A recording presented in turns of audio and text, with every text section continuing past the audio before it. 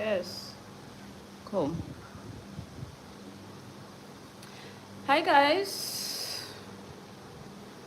For the YouTube folks, I'm also live on TikTok. For the TikTok folks, I'm also live on YouTube. So I look from screen to screen.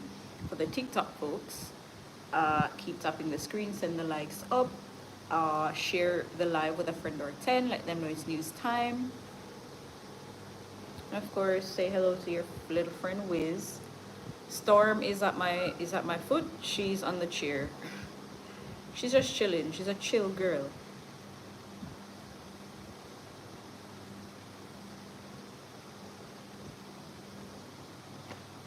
Clarky, good night. Step up, Whistle. I'm going to go live, so I'm gonna have to put you down for a little bit. No shot. Give me a kiss. Kiss. Kiss. Kiss. Storm. Hello, David. Lensworth, hello. Hello to my one viewer on YouTube. How are you? Thank you for tuning in. I'm just waiting on a few more people to get here, then I will start the news.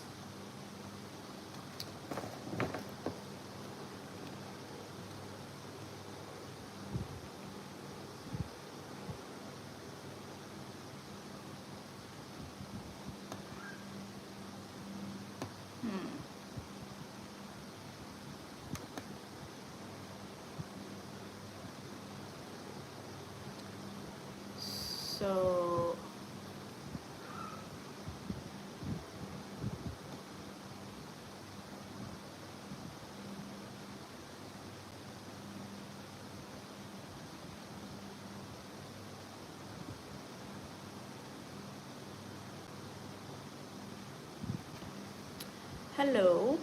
hello James, hello Andre, Carl Bennett, you're watching from New Jersey. Thank you for tuning in. Hold on. Storm probably. Storm, come here. Step up. Step up. Step up, Wizzo. So now I have two babies. Yeah. Two cockatiels. A male and a female. Wiz and Storm. I'm gonna have to put you guys down until I'm finished with the news. Yes. Give me a kiss. Kiss. Good job. Come, Whistle. Step up. So finish. Yes. I soon give you attention, Storm. Wait. Just a few minutes. Just a few minutes. Okay, hello. Ram Nation, I see you. All right, guys, let's get. I know Storm is on my foot. Just relax. Just relax.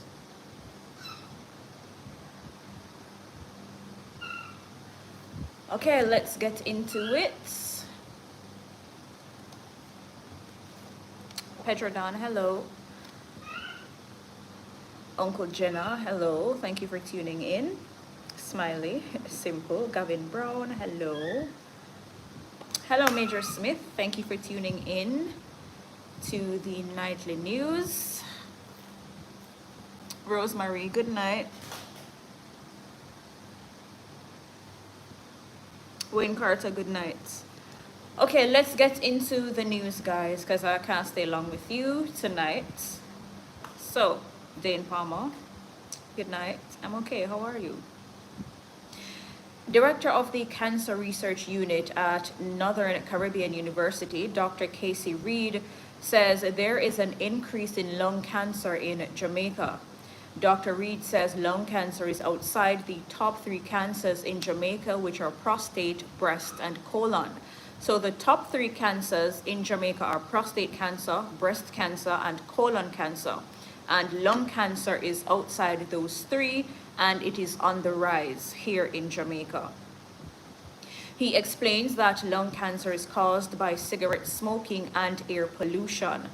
Dr. Reed is warning Jamaicans to avoid secondhand smoke, noting that it can also cause lung cancer. So even if you don't smoke, persons around you who smoke, and you being in that smoke, you inhaling all that smoke, then puffing it in your face and all of that can put you at risk of lung cancer. So be careful.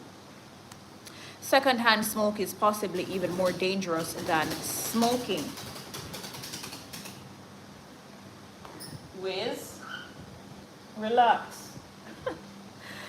Secondhand smoke is possibly even more dangerous than smoking. So it's very important for persons to be very mindful of these influencing factors as it relates to lung cancer. And a medical doctor said this. Dr. Reed added that the unit is hoping to establish a cancer registry to collect and study research data in order to identify and reduce the causes of the disease among Jamaicans. In the meantime, Health Minister Dr. Christopher Tufton has urged Jamaicans to get screened for cancer, stressing the importance of early detection and treatment to saving lives. He says the ministry recognizes the growing demand for cancer treatment and is taking measures to expand care for patients with the disease. So guys, Grey Eye, hello. Grinch, hello.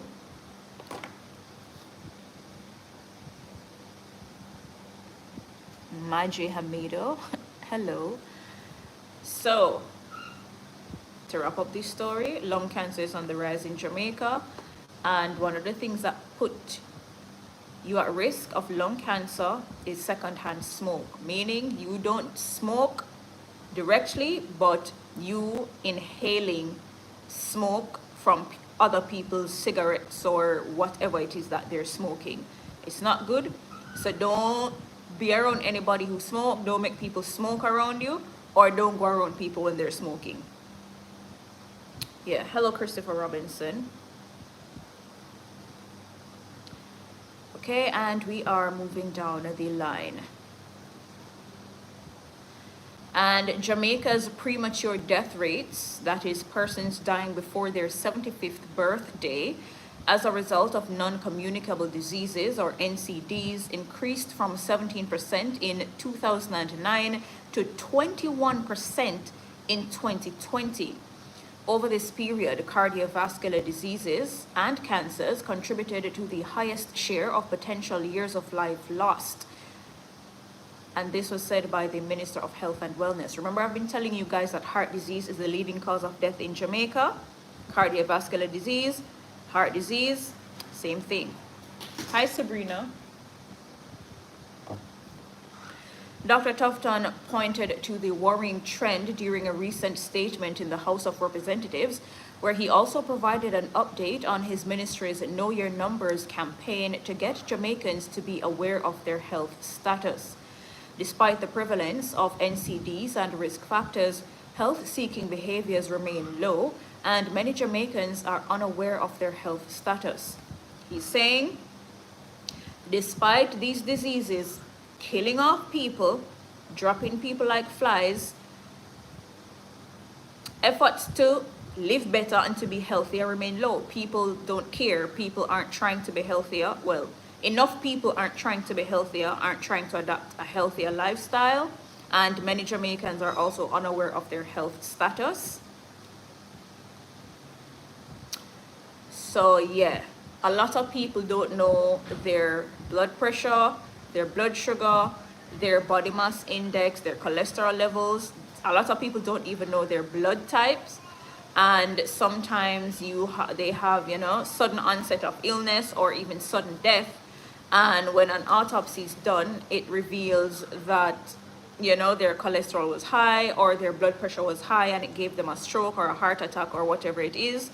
And then they blame everything else except the main reason, yeah? But all right, we're moving on. And there's also another worrying trend. Ignorance about skin cancer, particularly melanoma, among Jamaicans has led to many patients being diagnosed with the disease at later stages, resulting in expensive treatment options and even death. So says Dr. Guyan R. Scott, the chief plastic surgeon at 3 of the country's main hospitals. Widely regarded as the most dangerous type of skin cancer, melanoma develops from melanocytes. The cells that give skin its color. It is formed due to excess exposure to ultraviolet light or immunological factors. Melanoma often presents itself as an irregular mole on the skin. So check your skin if you have any irregular moles on your skin. Check yourself or go to a doctor to get checked. Hello, Karen Henry. Derek Robinson, healthy living is expensive. Yeah, but a sacrifice has to be made. People make sacrifices for what they really want. Yeah, so a sacrifice has to be made. Something has got to give. Yeah. Something has got to give. Okay, and we are going down the line in the news.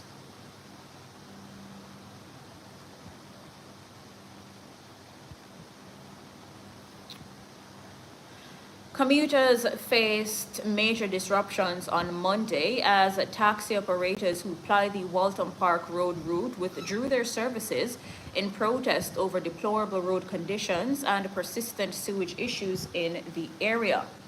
The frustrated drivers blocked sections of the roadway with burning debris, bringing traffic to a standstill in the Kingston community. According to the drivers, they have repeatedly complained about the worsening conditions but have seen no action from the relevant authorities.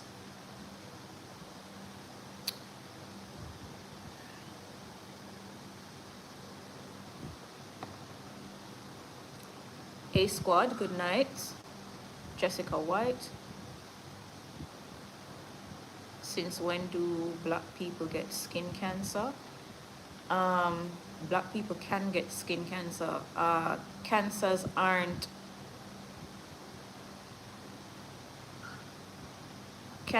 subjected to one race. Just saying. Arlene, melanoma, skin cancer, it often presents itself as a mole on the skin. So yeah, look for any unusual moles on your body just to be safe. Irma, good night. And we're moving down the line. A 27-year-old construction worker has been charged in relation to the January 18 murder of a 41-year-old pastor. Police say Lamar Myers, otherwise called Duppy Maker, of Burke Road in Old Harbour, St. Catherine, was held for the killing of Michael Spencer of Dolphin Terrace, Old Harbour Glades in the parish. Spencer was killed along West Street, also in Old Harbour. Reports from the Old Harbour Police are that about 8 p.m., Spencer was at his stall in the area when Myers approached him. He allegedly brandished a firearm and opened gunfire, hitting the pastor in the head and upper body before escaping on foot in the area. The police were summoned, and on their arrival, the injured man was assisted to a hospital where he was pronounced dead. An investigation was launched into the murder, and Myers was listed as wanted. 2 days later, he turned himself in. Myers has been charged with murder, possession of a prohibited weapon, unauthorized possession of ammunition, and using a prohibited weapon to commit a felony. He was charged following a question and answer session in the presence of his attorney. His court date is being finalized.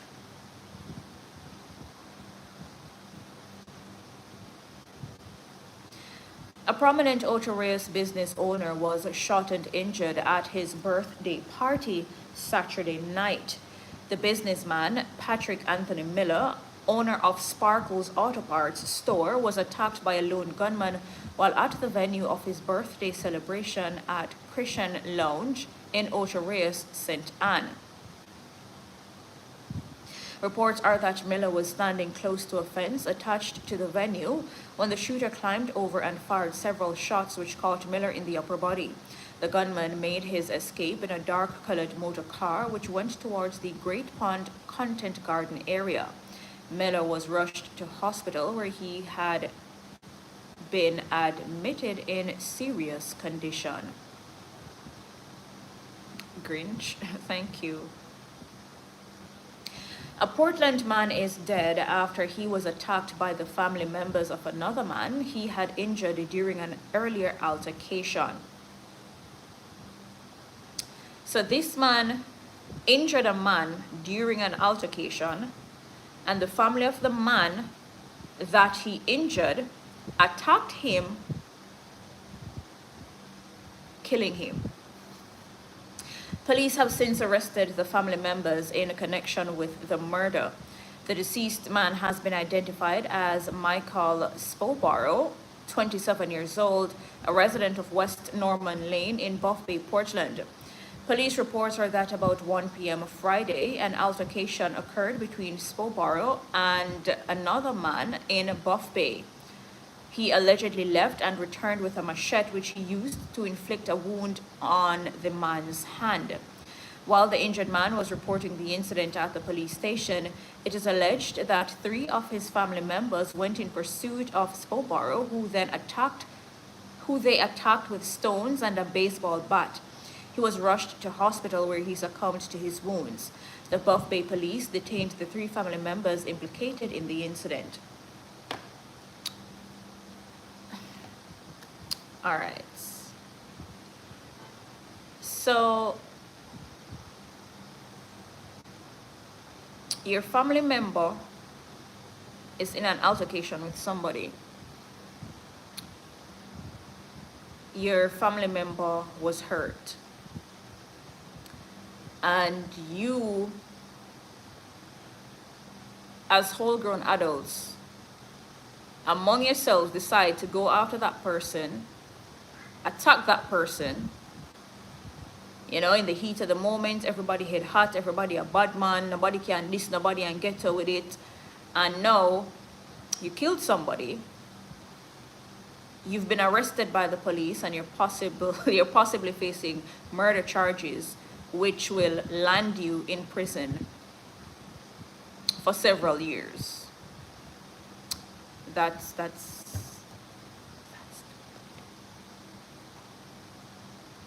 Irma, what you use on your, what you mean what I use on my face? I don't use nothing on my face.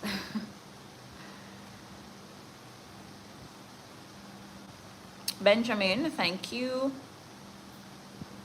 And a licensed firearm holder shot and injured a 29-year-old man on Saturday when he allegedly discovered him at his business establishment stealing fuel.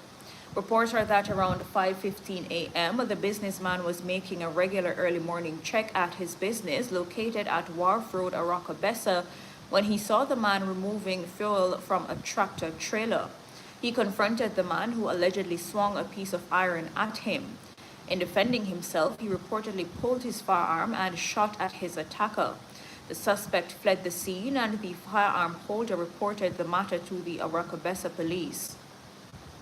The injured suspect sought medical treatment for gunshot wounds at the Port Maria Hospital, where he was admitted in serious but stable condition. He reported that he was shot by an unidentified man while walking along Wharf Road in Aracabessa. The Port Maria Criminal Investigation Branch is investigating. War Walker, is this RJR? No, it is not RJR. What would you do if somebody hurt your family member? Well, if somebody hurt my family member, I sure as hell would not go and murder that person. I'm not giving up my freedom like that for anybody. I'm sorry. I'm not going to prison for anybody. Are you crazy?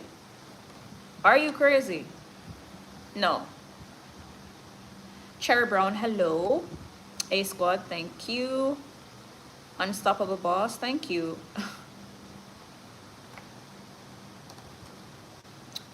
Okay, and we're moving down the line in the news.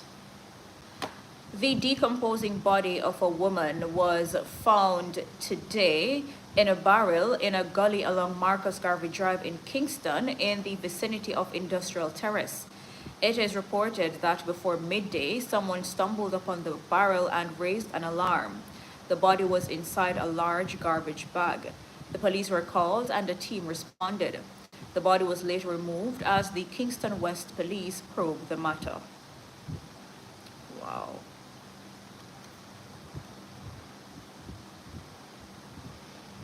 You say that no?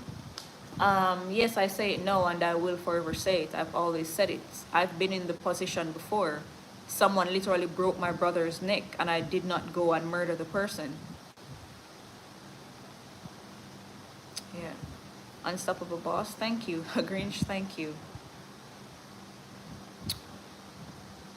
And we are moving down the line. The St. Catherine South Police are searching for those responsible for the fatal shooting of a pastor inside his home in Portmore last night. This happened Saturday night. The deceased has been identified as 77-year-old Clinton Smith, a bishop and justice of the peace of Mitchell Close in Portmore Gardens. Reports are that around 7:30 p.m., residents heard explosions while Smith was at home. He was later found suffering from what appeared to be gunshot wounds. The police were summoned and Smith was transported to the Spanish Town Hospital where he was pronounced dead. No motive has been established for his killing. The Portmore Criminal Investigation Branch is investigating the matter. Irma, thank you. The police in St. Catherine are searching for a woman who stabbed an elderly woman several times in an attack at her home in Innswood, Spanish Town. The 70-year-old woman remains hospitalized. Reports are that on Thursday, January 30, the senior citizen was at home when the woman who works with the victim's family made a request to which the elderly woman disagreed. The suspect reportedly became enraged and attacked the elderly woman with a knife, which she used to inflict stab wounds to her jaw, back, leg, and shoulders. The injured woman was assisted to the Spanish Town Hospital where she was admitted. The Spanish Town Criminal Investigation Branch is probing the incident. Is that real eye colors? Yes, these are my real eye color. I have brown eyes, but when I'm in excess light, they're light brown. But yeah, I have brown eyes. That's the second pastor that's been murdered. Yes, that's the second pastor that's been murdered. Yes. And while the church is up in arms about dancehall entertainer Spice wanting to go into the schools, high schools as Grace Hamilton, to encourage students not to engage in early sex, not to engage in crime and violence, not to do drugs and alcohol, and not to procrastinate and waste time. While the church is up in arms about that, a church choir director who pleaded guilty to having sexual intercourse with a teen girl whom he was entrusted to take to choir practice was sentenced to 6 years and 2 months in prison in the St. Catherine Circuit Court on Friday. In handing down sentencing, Justice Evan Brown bemoaned the high level of sexual offenses in the parish. Brown stated he betrayed her trust and that his action had stained the victim. Facts are that the man, who was a family friend of the victim, was to take the minor to choir practice, but he instead diverted to his home where he had sex with her, after which they went to church. The crime was revealed and a report was made to the police's Center for Investigation of Sexual Offenses and Child Abuse, Sissoka. He was arrested and subsequently charged with having sexual intercourse with a person under 16 years old. He took a guilty plea last year and was remanded until his sentencing on Friday.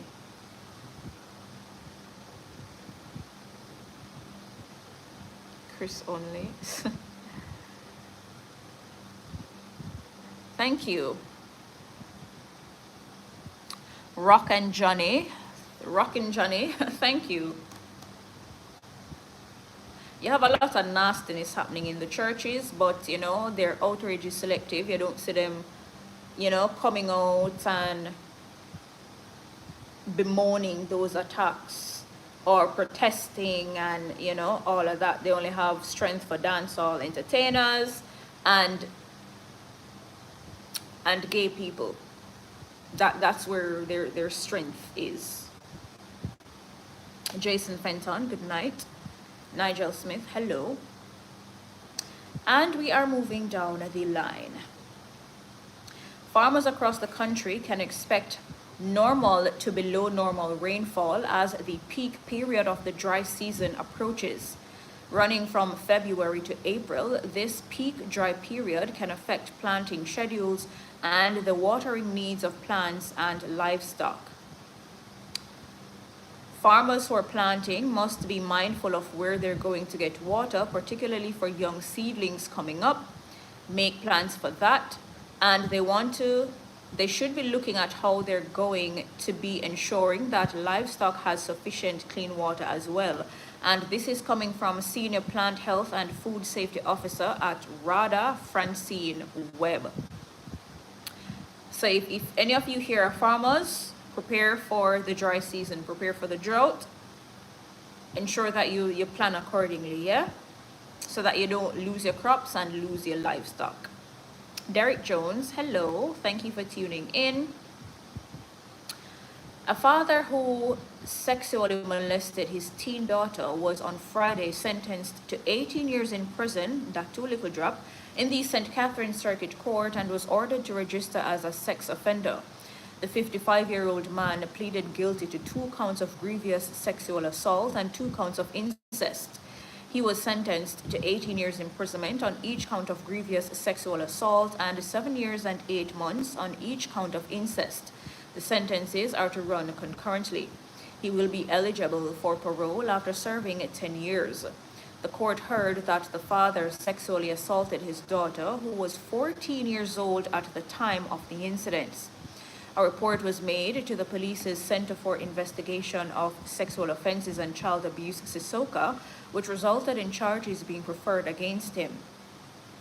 He made numerous court appearances until he pleaded guilty. Derek Jones, I'm broadcasting from my living room. Broadcasting from my living room on YouTube and also on TikTok. I'm a trained journalist, trained news reporter, trained news anchor with several years of experience. I used to work at the RJ Arglina Communications Group as a news anchor, reporter, producer, voiceover talent, and host. But I resigned from traditional media, but I still use my gift to do news on social media. So I'd go live at nights on YouTube and TikTok to read the news. A lot of people don't actively watch TV or listen radio. So they turn to my platform for information, you know, to be in the know. So that is what I do. Country, Jamaica. Roger Reed, hi, good night. Xavier from Grenada, thank you for tuning in. Colin Earl, good evening.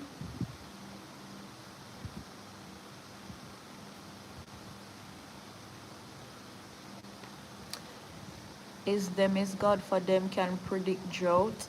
Well, it is kind of common sense. It's science. Every year you have dry periods and you have rainy periods, just like how you have the hurricane season, during which, you know, you have active hurricanes.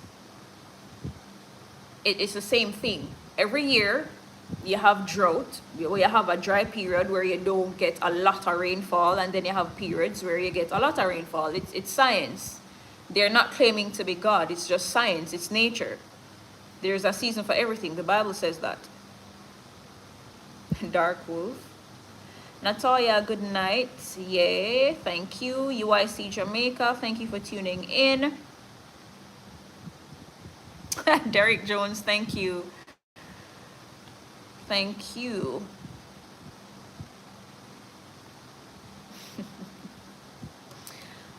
Okay, and we are going down the line. The Dark Wolf, thank you. Oh, thank you for the roses. Hello, my love, I see you. Diva James, you always watch my lives. Thank you. I appreciate the support.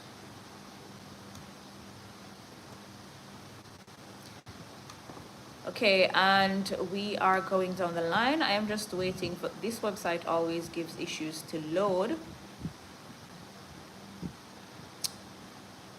Always. All right. But here it is.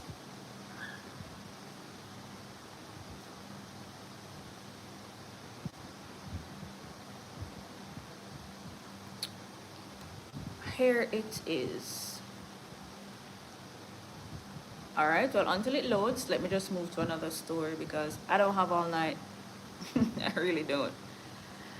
Mayor of May Pen, Joel Williams, is accusing a Deputy General Secretary of the JLP and government, Senator Delroy Williams, of disrespecting outgoing Member of Parliament for Central Clarendon, Mike Henry. This comes after Senator Williams confirmed that he has applied to represent the party in the JLP stronghold in the next general election. Thank you for the rose, Sonia. The runoff in Central Clarendon for the JLP is shaping up to be a battle of the Williamses. Both Senator Delroy Williams and Mayor of May Pen, Joel Williams, are eyeing the seat with a view of replacing outgoing veteran MP Mike Henry. Senator Williams has applied to be the JLP's next Central Clarendon candidate. But Mayor Williams asserts that, to his knowledge, Senator Williams has not reached out to Mr. Henry regarding his interest in the seat, a move that he believes is discourteous. Senator Delroy Williams' application has stirred controversy, particularly given that Mr. Henry has long endorsed Mayor Williams as his preferred successor. When asked about this latest development, Mr. Henry says he wishes to stay out of the public glare. Menarangim. He notes that the JLP has its internal process to select a candidate. Mr. Henry has served as the parliamentary representative for Central Clarendon since 1980. Mayor Williams insists that Senator Williams should have shown Mr. Henry the courtesy of a discussion before submitting his application. Nationwide News understands that JLP delegates in the constituency are divided on the matter. Some believe Mayor Williams deserves the seat given his work in the constituency. Others argue that Senator Williams has brought renewed energy and is better suited for the role. Despite the impending contest, Mayor Williams remains confident that he can secure the seat for the JLP. Nationwide News understands that Mayor Williams met this afternoon with the JLP leader and Prime Minister Andrew Holness. This was part of efforts to resolve amicably the issue of who will carry the JLP banner in Central Clarendon. Oh, the internal tussle. Oh my God.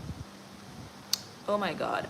Handsome type, where are you? I am in Jamaica.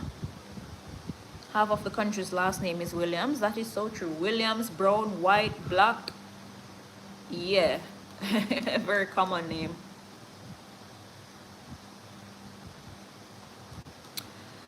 Dancehall artist Mr. Vegas, whose given name is Clifford Smith, has apologized for alleged defamatory remarks made against PNP General Secretary Dr. Dayton Campbell.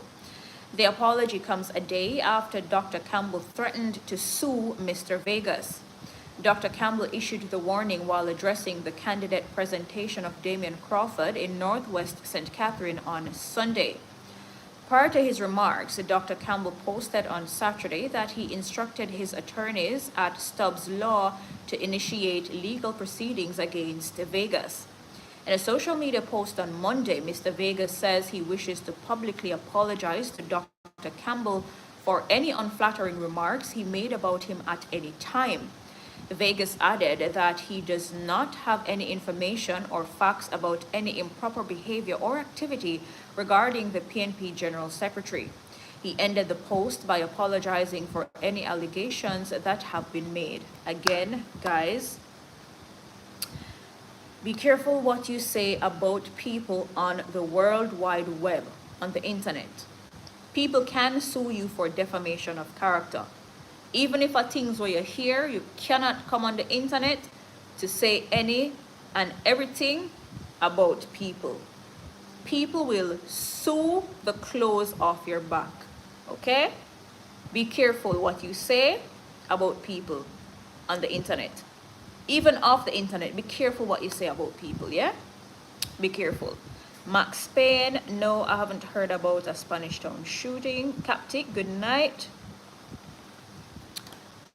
Okay, and we're moving down the line. The Clarendon police are investigating an alleged case of filicide committed on the weekend in Maypen. Filicide is, when you murder your own family member. The police say 34-year-old plumber Ryan Savory was stabbed and killed by his father, 66-year-old Desmond Savory, during a dispute. Reports are that both men were at home when they got into an argument over the elderly Savory's constant abuse of alcohol. It's further reported that the son slapped his father across the face and forced him into their house. Desmond allegedly retaliated by using a knife to stab his son in the chest. Ryan was taken to hospital by residents, but he died while undergoing treatment. The accused man reportedly fled the scene and was later apprehended by the police and taken to the Maypen lockup. I know when the emotions level down and him come to his senses, he's going to regret that so much, and the guilt is going to eat him up. Murder your own son over foolishness. Your son a talk to you about your alcohol abuse, yeah? You being a drunkard. He might talk to you about it, and you probably don't want no little pitney to talk to you. You know why your pitney to talk to you, nobody can tell you what to do. You're a big man. You get angry, you get heated. Your son have to slap you across your face and draw you into the house, and yeah, you stab him in the chest, kill him, your own child. The guilt is going to eat him alive. If he has a conscience, that is, if he even has a heart, it's going to eat him alive. Fully chipped Taliban, thank you. Okay, and we read that story already. We also read that one already. State-owned oil refinery Petrojam expects to earn over $14 billion from a year-long deal to export oil to Trinidad and Tobago. General Manager Telroy Morgan says the deal is part of a thrust to increase the refinery's export sales volume to about 6 million barrels per year. The resumption of fuel exports to Trinidad and Tobago will see Petrojam exporting between 60,000 and 90,000 barrels of very low sulfur fuel oil per month to the Caribbean nation. This is for a total of 1 million barrels for the life of the contract. The commodity will be used for refueling ships in Trinidad and Tobago's waters. The first shipment left Petrojam's facility on Marcus Garvey Drive in Kingston on Sunday, January 26, and is due to arrive in Trinidad and Tobago on Wednesday. The Petrojam general manager says that Jamaica sources crude oil primarily from Brazil, Colombia, Ecuador, and to a lesser extent Barbados. Morgan says the high quality of the refined product produced by Petrojam is well sought after.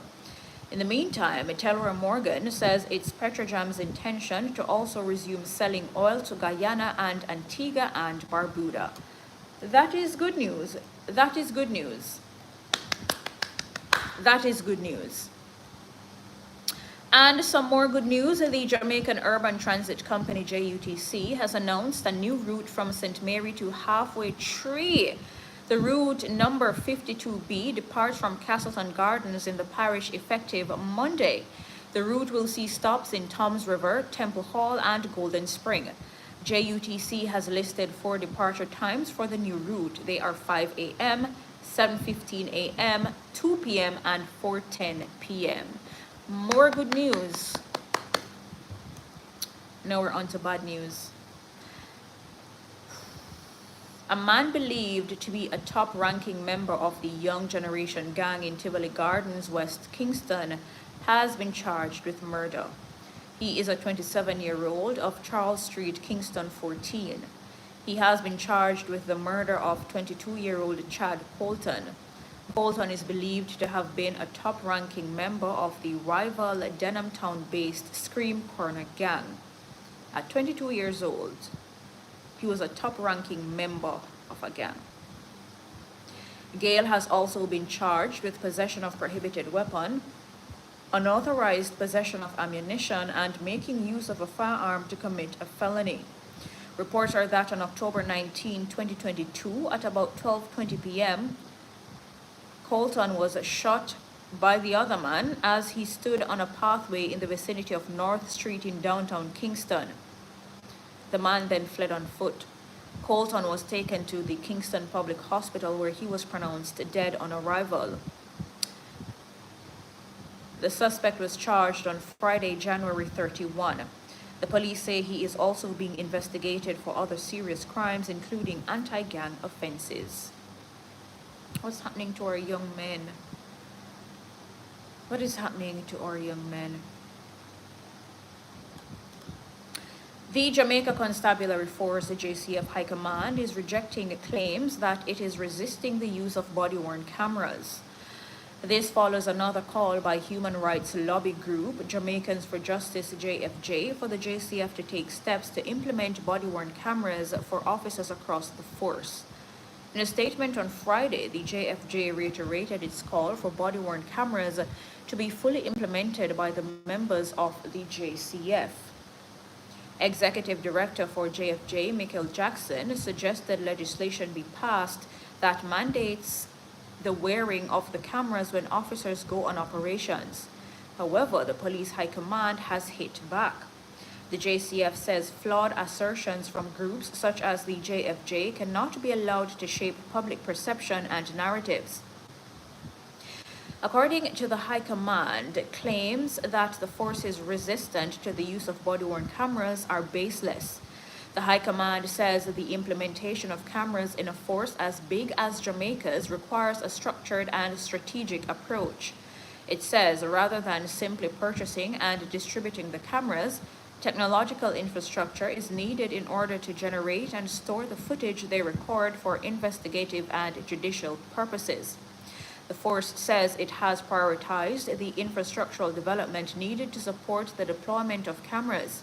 It says with that hurdle cleared, it can now move towards expanding the number of body-worn cameras in use. The JCF says it has 750 body-worn cameras currently in use.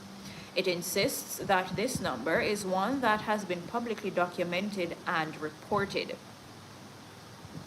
The High Command says additional cameras are being procured and are set to be deployed before the end of the year. The JCF adds that the misinformation surrounding its stance on body-worn cameras has distorted legitimate discussions on law enforcement policy and oversight.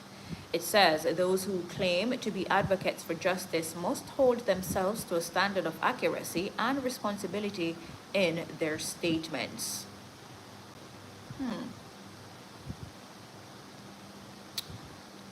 Okay.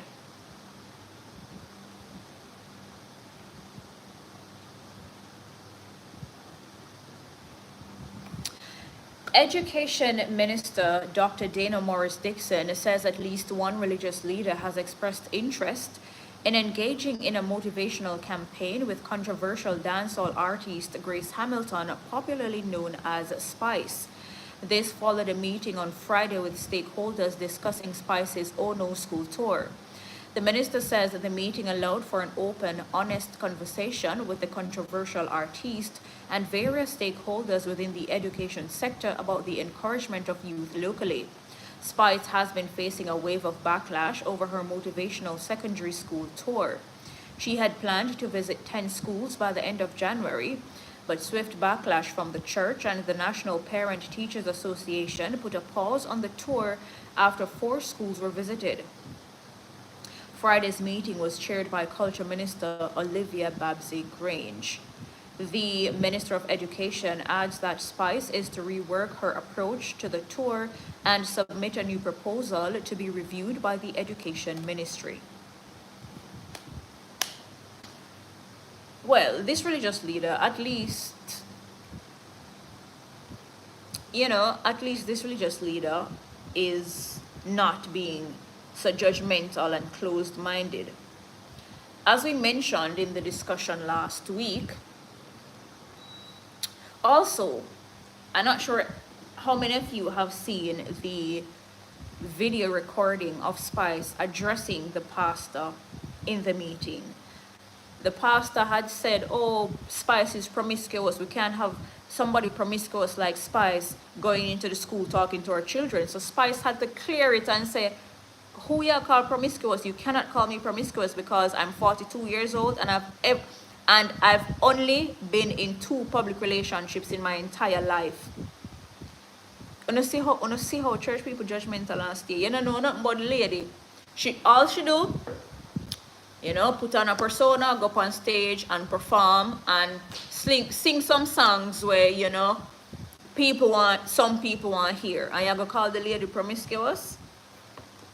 That was very wrong. Very wrong of somebody who talk about, oh, come as you are. Only God can judge people, blah, blah, blah. Calling somebody promiscuous, the definition of promiscuous, having or characterized by many sexual relationships. So, meaning some synonyms for promiscuous: slack, loose, fallen, you know, wild. Yeah, and basically I call the lady a whore. How dare you do that? You know nothing about the lady. You judge the lady as a pastor. You cannot do that. You cannot do that. So because she sing tip on your toe, meet me run the back and skin out me. Yes, I saw me like it. Because she sing songs like that and when she perform, she split and twerk and them something there. That made the lady a whore. And that's how them stay. And this is why a lot of people, especially young people, shy away from the church, especially the traditional denominational churches.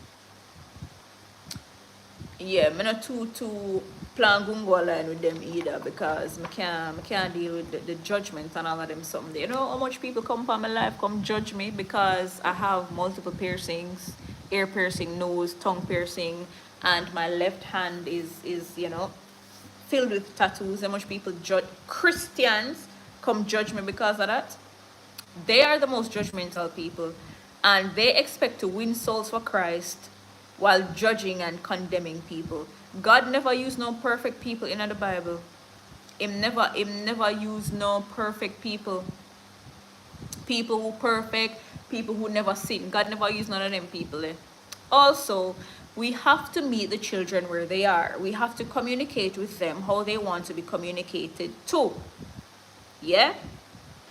You want to communicate to children to say no to having sex early, no to drugs, no to crime and violence, no to certain things. Who better to tell them that than people who are exposed, as in people who have traveled all over the world and seen different things firsthand? Who better to tell people them that? Come on. Do you think children want to hear don't do drugs from somebody who have never done drugs? Some uptown highty-tighty person. Oh, kids, don't do drugs. Google said it's bad for you. Get somebody who has been affected by drugs, go into the school, go tell the pitney them, say don't do drugs, because you're going to end up like me for the drugs. Yeah? As a woman and as a mother, as an artist, you know, women face a lot of judgment and them something out in the world. Spice can speak on certain things. The children would listen to Spice. Them not gonna listen to no highty-tighty Christian woman with in our long skirt and turtleneck and long sleeve and our natural hair and our skirt down our ankle. Them not gonna listen to that person. I can tell you that. They're not. You can't want minister to you cannot be trying to win souls for Christ and you want to reach the young people and you don't want to learn them love language. For example, if you're in a relationship, you have to know your partner's love language. Yeah? If you know that your partner loves hugs and kisses, you're going to give your partner hugs and kisses. If you know that your partner loves acts of service, you know, you go tidy the kitchen for them, you go wash for them, cook for them something there. Yeah, you have to love them how they want to be loved. Communicate with the children how they want to be communicated to. You can't want win over the young people them and try influence the young people them and yeah, go to them with grace thrillers. Hello? You can't want go to 13, 14-year old Barry Hammond. They don't know that man. They know Spice. They will listen to Spice. Get it? Okay. You don't get the point. Sesbad Tyler, hello. Sunflower Kaylee, hello. No, for real. Unafi, come on. Mahisha BJ, hello. RG, hello. Thank you for tuning in. No, you have to communicate with the children how they want to be communicated to. It's common sense. It's not even rocket science. It's not rocket science. If you say for example, you want to motivate somebody who has never been to school, them can't read, them can't write. You go talk to them and I use one bag of big words like you defend your PhD. No. You go meet them with them there. Talk in a language where them can understand and relate to. You do the same thing when you want to reach our children.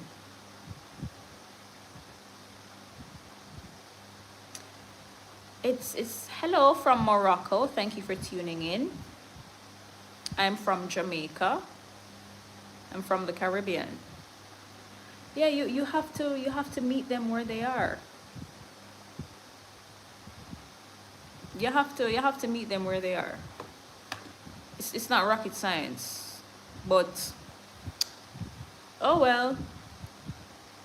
They blame dancehall artists for some of the breakdown in society, yet you have a dancehall artist who wants to do something positive and be a part of the change, and they are blocking that. How does that make sense? How does that make sense? It's nice to meet you too, RG. How does that make sense? I don't get it.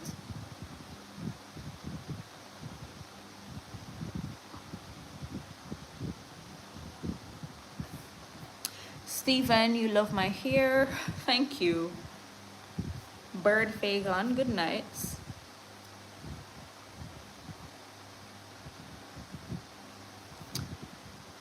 Anyway, my Jamaica, hello. Alright, I think that is it for the news. I'm just going to let you guys say hello to my babies. And then we can call it a night. Stormy, come here. Come here, sweet girl. Step up, mama. Step up, Boozle. Step up. Step up. Next foot. Next foot. Come. Come, miss. Step up. Oh, good job. Okay, guys. Here are my babies, Wiz and Storm. Wiz is male, Storm is female. Wiz is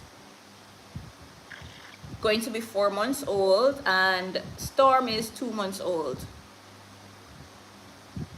Yeah.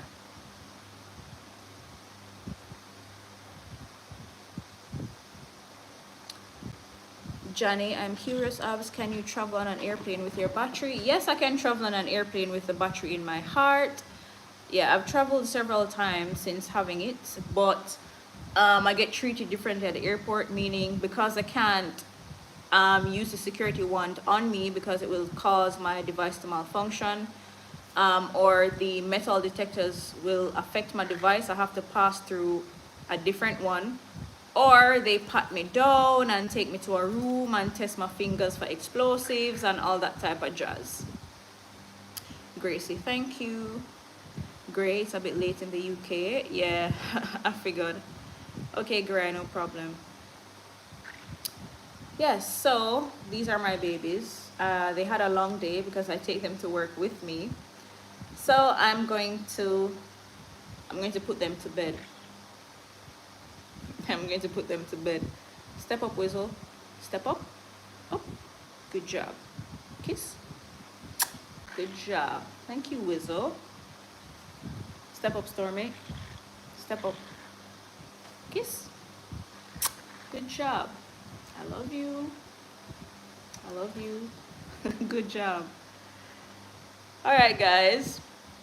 Bright Sparks, send me a message and I will send you the contact for the bird handler that I got my birds from. Claudette, no, I don't have a pacemaker. I have a defibrillator. Yeah, so it's different from a pacemaker. It's bigger than a pacemaker, more expensive than a pacemaker, and the treatment or the therapy that it gives is more intense than a pacemaker. So yeah, my battery is the battery that shocks me to slow my heart down, but my battery acts as a pacemaker as well. Oh, you're a nurse? Oh, all right. Just continue to talk to God always. God is the head of my life. I put him first in all things. Trust me. It's almost bedtime, so get your last free walking around. It's bedtime. You have to wake up early in the morning. I leave out for work like 5:30 in the mornings, and I take them with me, so you know I disturb their sleep when I have to take the cage up to put in the car. Yeah, Natasha, I got another bird. I got a female from a male so he doesn't get lonely. Also, they'll eventually have babies, you know.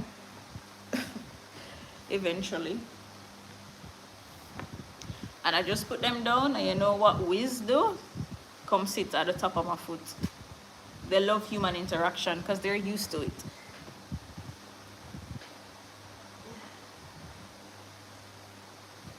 Yeah, they're used to human interaction. Okay, YouTube folks, all of you who are on here right now, please like the live. Thank you very much. Press like. Thank you. What's the story behind the bike?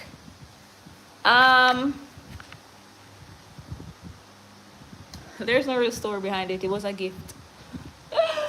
Yeah, it was a gift. Edwin, oh yeah. Oh yeah, I love them too. I really do. They're sweethearts, and they're so smart. They're really smart.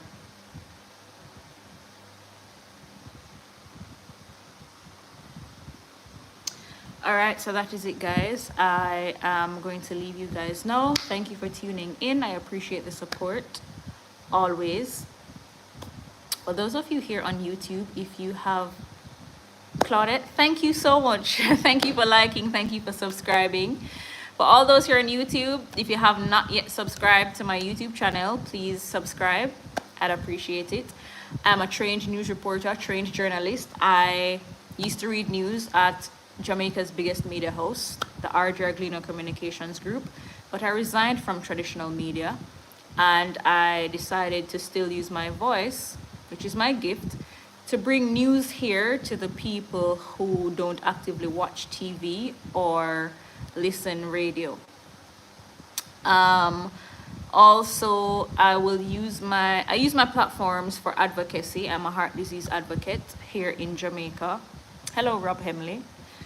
I'm a heart disease advocate here in Jamaica. I have a heart foundation that I use to raise awareness for heart disease, advocate for those people living with heart disease who need support. One of the initiatives that my foundation has undertaken is that we partner with an overseas organization and the UWI Hospital Cardiac Unit, and we sponsor indigent or poor patients with free heart surgeries. To date, we have assisted 33, I think it's more than 33. Well, the partnerships that my foundation has been a part of, we've assisted 33 people with free heart surgeries. And next month, we're hoping to do 10 free heart surgeries for 10 patients. Some of them are young, have their whole lives ahead of them, and if they don't get these surgeries, their quality of life will be affected and their lifespan will also be cut short. So we're in the process of trying to get funding for that. So if any of you here, if you can donate to the cause in any way, send me a message, let me know. We'd greatly appreciate that. You will see some new stories and features coming pretty soon about that. Also, we do regular blood drives. We do blood drives to get to replenish and rebuild the blood bank's general supply, because blood is needed every day and blood is always short, and a lot of people don't care about blood donation until they are in the hot water, meaning until they themselves or a family member needs blood, then they realize the importance and they come on social media begging strangers to go and donate blood for the family members. If we donate blood regularly every 3 months, then we won't really have that problem. Yeah.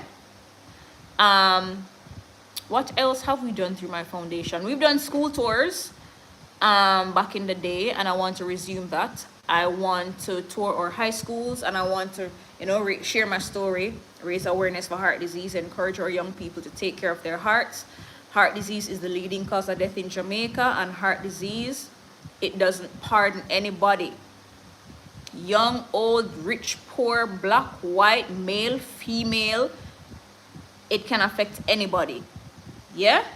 Anybody. It could have killed me. It has been trying to kill me, but I've been fighting back. Yeah? Another thing that we have done through my foundation is that I lobbied my way into a meeting with the Prime Minister of Jamaica, the Honorable Dr. Andrew Holness, and I shared the challenges of our cardiac care sector with him. And one of those issues was the need for perfusionists. That's the person that controls the heart-lung machine during a open heart surgery. And, I came out of that meeting, and a few weeks later, he mentioned my name during his budget presentation in Parliament to say that because of me, the government offered 2 full scholarships for perfusion medicine. So currently 2 students are studying perfusion medicine on full scholarships because of my advocacy. Yeah. So that is what I do. That's who I am. I'm a heart disease advocate, a voice to the voiceless, a help to the helpless. A good friend of mine, he was in my chat, Rob Hemley. He always told me that I should do all the good I can for all who I can, in all ways I can, for as long as I can. And that is a part of my purpose. Yeah, to do good. So that is what I'm doing. I know that it is my purpose, having gone through 5 cardiac surgeries, having gone through a severe bilateral pulmonary embolism where I almost died from blood clots in my lungs. I know for sure, without a shadow of a doubt, that my purpose is to be an advocate. So that is who I am, and that is what I do. So I use my platforms to share my journey. I'm on a mission to live until I'm 109 years old. Why 109? Because the same rare and progressive heart disease that I have, it took my mom when she was 39. So I'm on a mission to surpass all the 9s, 39, 49, 59, 69, 79, 89, 99. Yeah, and because I'm extra and I love to prove a point, I'm going to 109. I'm going to outlive this heart disease. I am going to prove it wrong. And while I'm living to 109, I'm going to make my life as fulfilling and impactful as possible. I will be helping other people, advocating for other people for as long as I can. So for Mission 109, content will be coming on my YouTube channel and my Instagram about that. I will take you on the journey with me, my doctor's appointments, my surgeries, the therapies that I have to do, all the procedures I have to do, the medications that I take, medications that I take, the foods I have to eat, the exercises that I have to do, places I go, everything. Mission 109 is coming on my YouTube channel. So if you have not yet subscribed, please subscribe to my YouTube channel and follow the journey. You can also follow me on Instagram. Yeah, I share everything on there. So Claudette, oh yes, especially when I had the blood clots in my lungs, I was spending over $100,000 a month on medication for my lungs alone, and that didn't include my heart medication. Yeah, imagine being on 10 different sets of medication, and one set out of the 10 is $86,000 a month. And just imagine not having health insurance because you're too high risk. So everything has to come out of pocket. Your health is your wealth. Not having good health is very expensive. So it's either you make the sacrifice to live a healthy life, or you have to make the sacrifice to buy medication, make sacrifice to pay for doctor's visits, to pay for tests, to pay for surgeries, to pay for hospital admissions. You choose what sacrifice you want to make. I can tell you it's not pretty. I've been there. And it is not pretty. When I ended up with the blood clots in my lungs, well, the blood clot thing in my lungs, it was connected to my heart, because the doctor thinks the blood clots start from in my heart because of my heart disease, and it traveled to my lungs. And then they broke away and big and bulky all over. A part of my right lung even died. The first week I was admitted in the hospital for that, we spent over $1 million just so on the hospital admission fee that I had to pay before they admitted me to check what was really wrong, the tests that I had to do, the medications. Listen, over $1 million in 1 week, just like that. And it has been a long journey. I'm still recovering from that. 1 year later, I'm still recovering from that. I'm still on medication for my lungs. I will have to do physiotherapy because my lungs have been left permanently damaged. My lungs are very weak. They're not as strong as they used to be, and they might never be as strong as they were. So I'll have to do physiotherapy for that. Yeah? That is not cheap. My heart medication monthly, I cannot live without that. I have to take that monthly. I have to go to my doctor to check up on my heart and the battery every 3 months. I have to do regular heart tests in between that to check on my heart, because as I get older, according to science, my heart disease will get worse, meaning my heart will deteriorate. So I have to check regularly on the status of my heart and the health of my heart very regularly. Those tests aren't cheap and they aren't free. Also, in 2 years, I will need a new battery for my heart, which is 25,000 US dollars. So imagine trying to save 4 million Jamaican dollars, and then every minute you have to be spending on medication, test, heart test, lung test, blood test, head test, neck test, because I also have nerve damage in my neck. I'll have to do separate physiotherapy for that, in addition to physiotherapy for my lungs. Brother, listen. It's either you make the sacrifice to put your health first, or you'll have to make the sacrifice to put your hospital fee and your surgery fee first. It's either or either. Can't say I didn't tell you.